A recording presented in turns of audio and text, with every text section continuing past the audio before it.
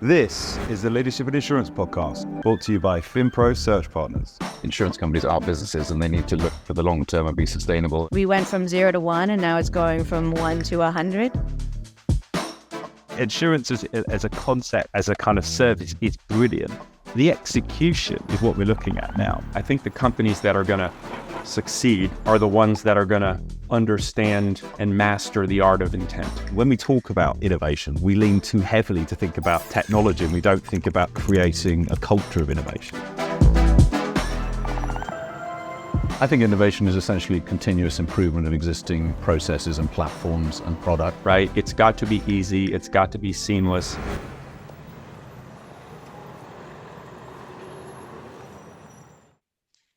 Hello and welcome to the Leadership in Insurance podcast. I'm your host, Alex Bond, and I'm lucky today to be joined by Carl, founder of both Dearborn Labs and Clearcover. Carl, welcome. Thanks for coming on the show. Alex, thank you so much for having me. I've been looking forward to this. Good. Well, look, thank you. And we covered that off. You had the Dearborn Labs / Clearcover. People might know more about Clearcover than Dearborn Labs, but I'll let you clarify that whilst you introduce yourself and the businesses that you're responsible for. Absolutely. And thank you for giving me the chance to do so. We're new at this. We just started Dearborn Labs. So I'm still figuring out how to do it. Bear with me. But Clearcover, I founded about 10 years ago. Clearcover is a personal auto insurance carrier / MGA / reinsurer based in the US. We write primarily non-standard personal auto. And that business, again, the core thesis behind Clearcover was if you could use technology to build an insurer from scratch today, you could get all sorts of advantages in terms of customer experience and how you think about risk and how efficiently you can run the business, all of which can allow you to serve customers more effectively or make more money, hopefully both. And that vision is still true today. We're still building that business. We feel great about it. But along the way, we observed through a number of ways, including building our own sort of AI native insurer for a decade, all the ways that technology really could move the needle for an insurer. And so, 3 weeks ago, roughly, we launched Dearborn Labs, which is a separate business under the holding company that owns Clearcover. In Dearborn Labs, you can think of as sort of a forward deployed AI concierge, where we take this decade of experience and human capital and technology that we built at Clearcover and can use it to help other insurers in really any line of business achieve some of the same things we're able to achieve and really take advantage of technology and AI in a way they couldn't before. Super interesting. And I love these businesses that are born out of the journey, because I'm presuming this, but I want to ask you the question. How much of this is born out of the mistakes made versus successes had? Because in my experience, mistakes teach you so much more. Yes. So the success had tends to breed hubris and not much else. So the mistakes are where the learning lies, for sure. And there were plenty. I mean, again, Clearcover is about a decade old. We're in our 10th year. We've raised $500 million in investor capital, which we've spent on a whole bunch of learning and experience and building technology and growing. And so plenty of mistakes along the way. I think maybe to your question, that the genesis of Dearborn Labs, I would say, was one, all of that. So a decade of building an AI native insurer and seeing what works and seeing what doesn't and operationalizing this technology, not running pilots with it. If you could talk about that later, but really building tech in a real insurance business. That was certainly something that we felt like we've learned a lot and we've built a lot of assets. Can we find a way to make use of them that are not just for Clearcover? The second thing is we were fortunate to spend some time with some traditional insurers for any number of reasons over the last couple of years and start to think much more deeply about how our technology generally, and AI could improve their businesses. And the results were always so compelling. And so we said, well, look, we've now seen firsthand how important and impactful translating what we know and can build here to another insurance carrier can be. And that was maybe the second straw on the camel's back. And the last one was 9 weeks ago, maybe 10 now, which is an eternity in AI time, by the way. But like 10 weeks ago, the frontier models took a material step forward, Opus 4.6 in particular, And then the suite of tools and capabilities that Claude rolled out day after day after day after day on top of that model made it quite clear that knowledge work was going to change forever. Yeah. And insurance is a lot of knowledge work. And so we made the decision at that moment, there's no more time to wait. Because if you were feeling a little bit behind 6 months ago, you are going to really be behind 6 months from now. And so we felt like this is the moment. We have the asset. Why we should launch this business and act on it. Yeah. Every time I do this podcast, I hear things like that. It just makes me nervous about my own business because I'm in a knowledge workspace. And yeah, I panic every day. I think that's not a bad thing. I think if you're a business owner now and you're not slightly concerned you're behind, then you're probably missing the point and the opportunity. Yes. Uh, Incredibly healthy. By the way, Andy Grove, only the paranoid survive. So like this is not a new concept. It's been around for a very, very long time. This is just the latest manifestation of it. Happens to be a particularly powerful one, but yeah, yeah. same idea. I probably slightly oversharing, but let's humanize the podcast. But I suffer from like a generalized anxiety disorder. But one of the funny trade-offs of that is that I find small things really like distressing, but then big, really disastrous things I'm absolutely comfortable with. So I was on a boat in Thailand, and we went into a tropical storm, and it looked like the thing was going to go down. And I just started laughing. I was with my partner, and I was like, and I was just laughing, and I was just trying to break the mood. And I was like, because I went in my brain, this was always going to happen. So I'm I'm comfortable here. prepared. I mean, you would be great at startups. That because Yeah, yeah. Well, it's exactly right. you'd be Exactly right. great. That existential risk is ever present. So if you can Yes, yes, manage I it, know. I know it well. I mean, let's talk about adoption because that seems to be really where the things go wrong. I noticed in your press release, most carriers have already invested in AI, we know. So it's not about the tools so much.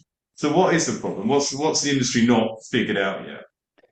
I think there's a couple of things that we've identified that we think that the industry could benefit from with respect to AI adoption. So one is this like last mile problem with AI, where you can run a pilot and like the data is self-contained and the result is sort of predetermined and like there's a lot of things that you can do to ensure a pilot goes appropriately.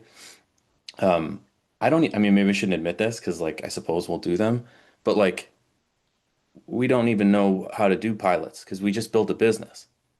We ran experiments, but like everything was production because all we had was our own business and everything mattered. And so this idea of like how do you take technology and cross that last mile with it, which isn't just building a piece of software that works, it's like it's finding a way for that software to either be the workflow or integrate with the workflow properly.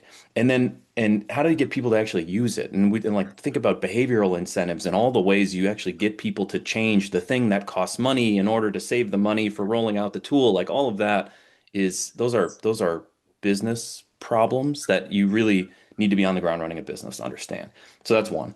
Two is then the cross functionality of the insurance business and how that impacts the utility of any particular SaaS tool. So like you've been in this business a long time. Anybody who has knows damn well that a claims problem is just a claims problem. Because what you know and learn in claims should impact how you behave in underwriting. What you know and learn in underwriting should impact how you behave in distribution. What you learn and impact in distribution should flow through to how you build products, and then it goes all the way back the same. And like this idea of making your data work cross-functionally, having AI agents that are smart and can work like humans do, which is cross-functionally, is a data and like organizational problem that most vendors aren't set up to solve because vendors' solutions begin and end at their own walls. Their walls tend to be sort of functionally specific, at least to start. And our view is to really solve the problem, you have to take this cross-functional view of data and context in workflows from the beginning to make sure that these subsequent iterations of AI agent builds or whatever it is you want to roll out can actually be successful. Hmm. Is that then that's I suppose that's the problem with these like point solutions. It's like they're individually tackling a thing that needs to happen, but in the what broadest context of the business, that it's not changing how the other parts of the business behave. Some of them are very good, by the way. Like Yeah, yeah, yeah. Dearborn Labs has a whole bunch of off-the-shelf technology that we built at Clearcover that's we're very excited about. but we haven't built everything everybody needs. Why would we? And so like some people's needs will be very well served by vendors who are more sort of functionally centric or have a solution that tends to have walls on it. Some people want to build their own thing because building your own thing, let's just admit it, is different now than it was 10 weeks ago, than it was 6 months ago. It'll be much different 6 months from now. So like build is an interesting option as well for folks, which we can do. We have the people who know how to do that. But ultimately, yes, I think that the thing that makes working with a vendor more complex is that two things. One is the software they've built, again, it tends to have boundaries that they can justify globally. What are the clients we need to work with? How do we want to grow our business? The boundaries of our product are going to be constrained by this global business optimization problem we have, not necessarily what the client needs to achieve. And so that again, like that'll put walls around what can I or can't I build, or where am I looking to expand or not. And so that you can do that if you're a business, but you don't have to if you have somebody who's going to look at your business cross-functionally. And then the second thing is data. And again, like the one of the things that we do at Clearcover now with Dearborn Labs, and we hope to do for others, is help people construct a data platform that allows all this core systems data that is inherently cross-functional, and then all the context that sits on top of it. Who uses it? When do they use it? Why do they use it? Who do they talk to while they're using it? To be available in like a single substrate that AI agents can use. Because again, if you build an underwriting agent, which is easier to do than it used to be, or a pane of glass that has an underwriting agent behind it that your underwriter can engage with, that agent's going to be much smarter if it knows what the claims agent knows, or at least can be informed by what the claims agent knows. And that like cross-functional data problem is one that I think vendors, many of them probably could solve, but that's not their business model. It's ours. Mm. Yeah, the connectivity of that, yeah, clearly the important thing. Wanted to talk about just some of the terminology we've used. You described Dearborn Labs as similar to like Palantir, but for middle market P&C. Um, what does I must admit, this term gets thrown around. You know, when you go, my role sometimes on this podcast is to ask the stupid questions. Mhm. But what does forward deployed model? What does that look like on the ground? And why does that work when SaaS doesn't? It's a good question, and my job on these podcasts is often to give the stupid answer. So we'll have to decide at the end who won. So let's start slightly higher level. So the Dearborn Labs business model, sort of hybrid consulting and software Yeah, development or yeah. deployment. And so the goal is to work with customers, clients, to really understand their needs, help them understand what the AI and technology landscape has to offer them, put those together in a plan that makes sense, and then forward deploy, which I'll define, a team to actually build whatever it is that makes sense, whether that's one thing or three things or a whole suite of things. But it's that full life cycle of we want to, because we've run an insurance business and sort of we haven't run your business, but we know enough about how this stuff works. Let's define at a very high level what your strategy is and how what you want to work on first, and then let's build it with you. So forward deployed really just means if you think about how ClickUp has worked for many, many years, we have a team of product managers and product designers and engineers and data scientists and data engineers and architects and like a large and very useful team of technology builders. And what they would do is they would work with the business, they would scope the problem, and then those folks would go work together to build whatever it is that we wanted to. So we have a co-pilot for our AI or for our claims reps. And so basically they have a teammate, an AI teammate that they can work with directly all the time in their regular workflow to help them do menial tasks, do research for them, draft correspondence, like you name it. The AI co-pilot can do it for the rep and makes them wildly more efficient. That was a team of technologists sitting next to a team of claims people, sitting next to the executive leading that department, figuring out what ought to get built, building it, testing it, deploying it, figuring out how to get people to use it. And same model. We just take those people and they work with you instead of with Clearcover, who was client number one. But this embedding with the functional teammates who know how the work is done to build technology that actually works is something we've gotten quite good at. And all that requires in this circumstance is taking those same people and saying, go work with these people in this other business who are working on this other problem. Mm. Let's give that. Let's give that some data points as well, because I think there's some you've shared publicly some of the data on Clearcover. So I think my understanding is you over 90% of the claims intake is through AI agents, 93% of policies bound digitally, three times the efficiency of traditional carriers. Uh, which of these results is there one that was harder to achieve? And what's going to stop you getting there? Yeah, when trying to look to get those numbers over the line. They were they were all hard to achieve Yeah, in their own ways. But the most difficult thing of like getting technology into production that's going to deliver you those kinds of results is not actually building the technology. It's figuring out how to make the technology fit in the business in a way that's going to actually save you money. And yeah, that, so if I take this, the AI claims intake, so what we have is an agent that effectively does recorded statements. So you submit your claim online through the app. So you have a digital F&OL process that we built many, many years ago. And frankly, we should probably update, but we'll get to it. yeah, You yeah. submit that claim online. The next thing you do is you talk to a real conversational AI, not RAG, but like a real agent who will collect the next layer of information we need to process the claim faster. Mhm. And can be voice, can be chat. Both are very, very good now. Um, but that, so like building that, we worked with a partner, we did some work internally. Very, very powerful tool. How then do you actually deliver a business result from that? Well, one is you got to embed it in the claims flow, and you got to get whoever owns that to agree to let you put it in the right place so that the customer can see it. Is it opt in? Is it opt out? How do we think about all of that? That's a question for our legal and compliance team as well. So now we're having this cross-functional like deployment conversation. Great, that's really important. And then the second thing is, well, look, ultimately, if you want to save money, that metric on efficiency, great, admittedly a vanity metric. It's got to flow to a workflow model. Because what are your expenses in a claims department? It's the people who are managing intake. And so like now you got to go and say, well, we've proven this out. We have a good sense of how much more efficient this process is. Now we have to go and take a look at the workflow model in the business and see what that means in terms of staffing, right? Do we have people we can upskill, redeploy? Do we not have to hire for the next 6 months because we have this Yeah. great capability? And like that's how you get a real financial result out of a build like that. And that full life cycle of see it, build it, deploy it, get some return out of it is something we have a whole bunch of experience doing here, for better or worse. And I think is the thing that will really move the needle for customers who choose to go this route. Mm.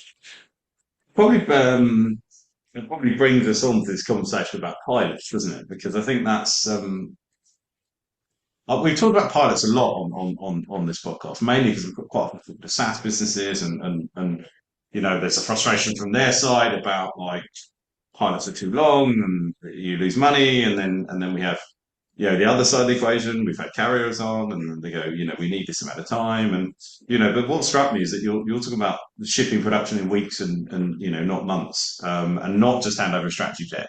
So, why do most pilots fail in your experience, and then how are you going to break that cycle? I think it's connected to that last answer too. So again, like I don't know if I would claim to be the expert on pilots in part because we never really did them. No. You know, like so it's not it wasn't in our vocabulary real as a business.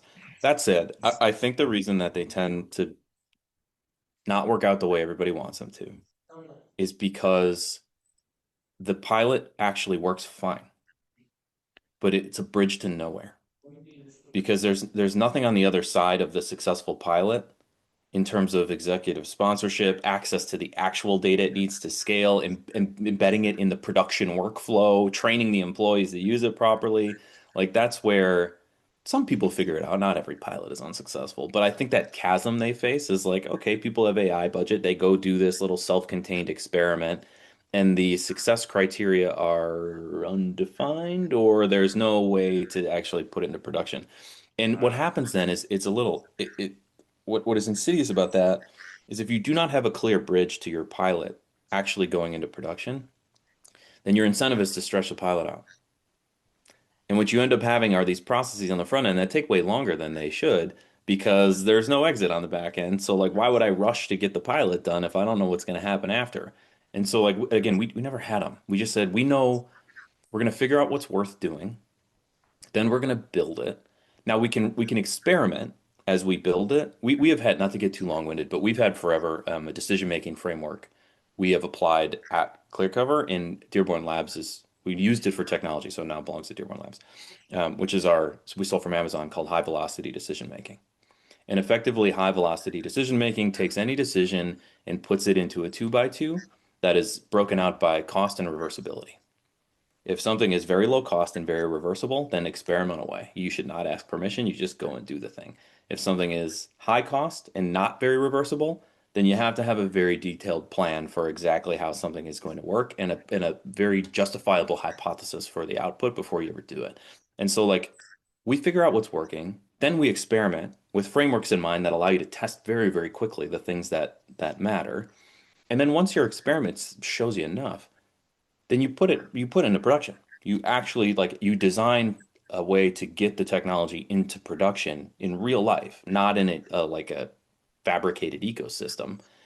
And then from there, you can start to think about the real business impacts downstream of it. But this idea of like thinking about how it fits into the business from day one, not artificially constraining your vision and plan for what to create with a pilot box, I think is we just that's how we've run our business. That's how I would hope to advise others to run theirs.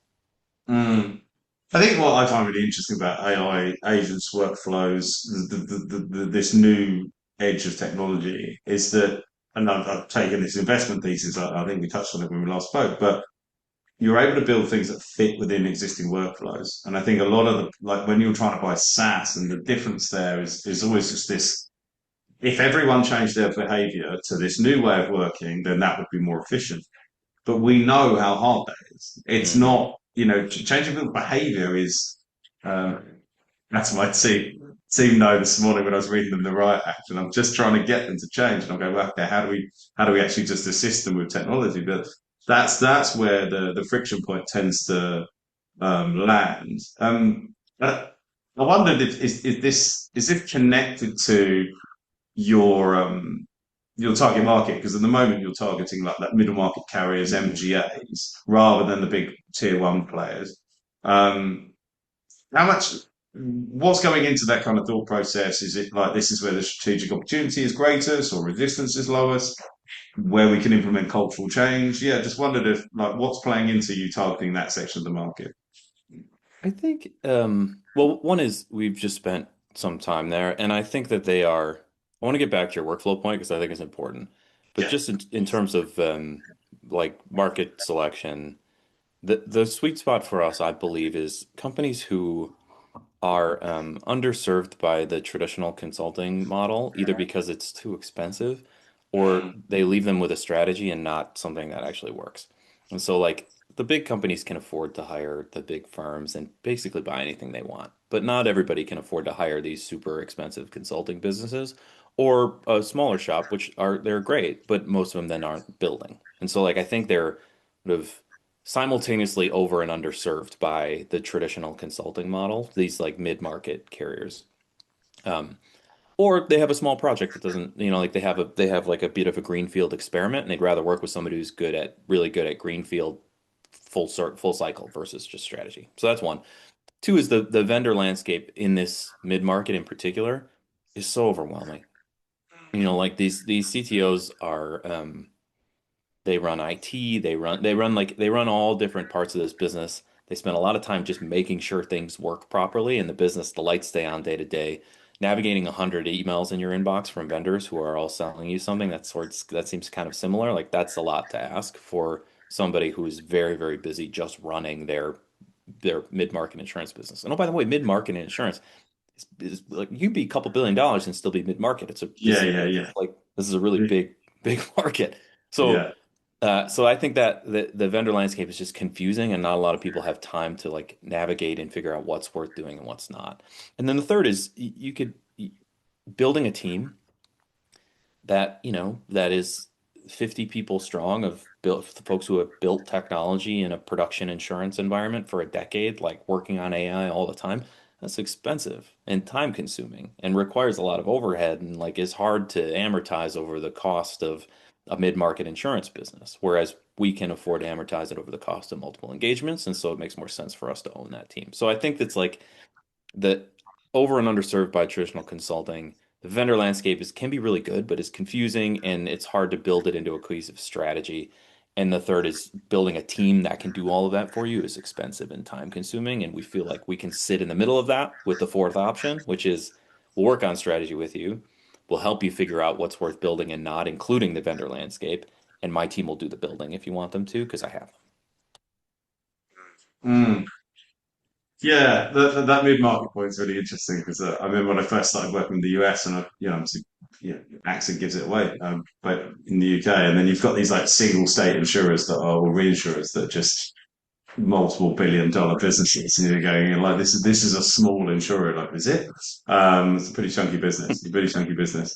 the Um, Alex, the other point that I think yes, you brought it up and I want to come back to because I think it's interesting is I think their workflows they tend to be more malleable. yeah, And that malleability is really important because if you think about workflow, the evolution of workflows in insurance, which 18-year-old me would just shudder to think I said that statement, but here we are. This is the life I live right now. But if you think about the workflow evolution in insurance, the first version of the world was I built software, change your workflow to fit my software. And there's a lot of that out there right now, and some of it works, some of it doesn't. But that was like version one. The newer model now is, well, the AI is getting quite good, so we will integrate the tool into your workflow. You don't have to change it. We're just going to make these AI agents and tools available in your workflow. That's a step in the right direction, and we're happy to do that. We have some of that at Clearcover, but that's far from the end state. Because the next step in the evolution, which is approaching very, very quickly, is that the agent becomes the workflow. And the workflow no longer exists because the agent is doing all of the things that used to be the workflow. And what now exists is a human interacting with an agent, and the agent is managing the workflow behind the scenes. And like my job works like that now since I built a personal AI agent, we talked about it. And like the agent has become the workflow in lots of parts of my job because it does everything. I don't have to go through a series of steps. All I do is talk to the agent who's going through those steps on my behalf.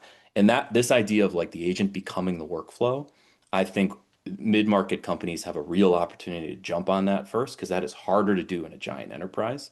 It is easier to do in a modestly sized enterprise if you have the courage to try. yeah. Yeah, you've inspired me with this. There's so many things I need a personal agent to do for me. So I'm gonna be building up the fine point. I'm gonna be building my own very shortly. The It's obviously really early stages, and yeah, we've already at time. So I just kind of want to give you this opportunity to talk about what the future looks like. Really, obviously launched in March 2026. I know you're taking a limited number of engagements on, but what does success look like at the end of 2027? And that's both for you as Dearborn Labs, but also for your clients. What would you expect them to see? We, at this stage of the journey, we want to work with people who have the ambition to solve real problems in their business and provide this full life cycle of services and products to them. I'd love to find folks who kind of want to work on this data aggregation problem as well, because I think that's really important for everybody. But ultimately, success is finding people who have these real problems to solve, helping them solve those problems, and them seeing real results in their business and the P&L that they use to represent their business. If we can do that a handful of times in the next year, I'm going to feel very, very good about the direction of Dearborn Labs and what we've done for our ecosystem. Amazing. Oh, super interesting. I love. It reminds me of like we've had Doug from Tourism. Doug is ex-MGA founder, built this kind of financial back end at Tourist, and I love it when it comes out of the experience of kind of running another thing. 10-year journey, and then onto a new thing. And it also says you're a glutton for punishment because you built one business, now we're going to go and do another one. So but it's always, I think that's the most practical walkthrough I've had of like AI into the insurance industry because you're not trying to sell a single point solution. There's other things which I think is super interesting. So want to thank you very much for being a guest on the Leadership in Insurance podcast, and hope we get to see each other in person soon. Thanks, Alex. I will look forward to seeing your personal AI agent in the next couple of weeks here. Yeah, I'm going to be held to that now, and I will see You how are. effective it I'll hold is. you to it. Thanks very much. All right. Appreciate it.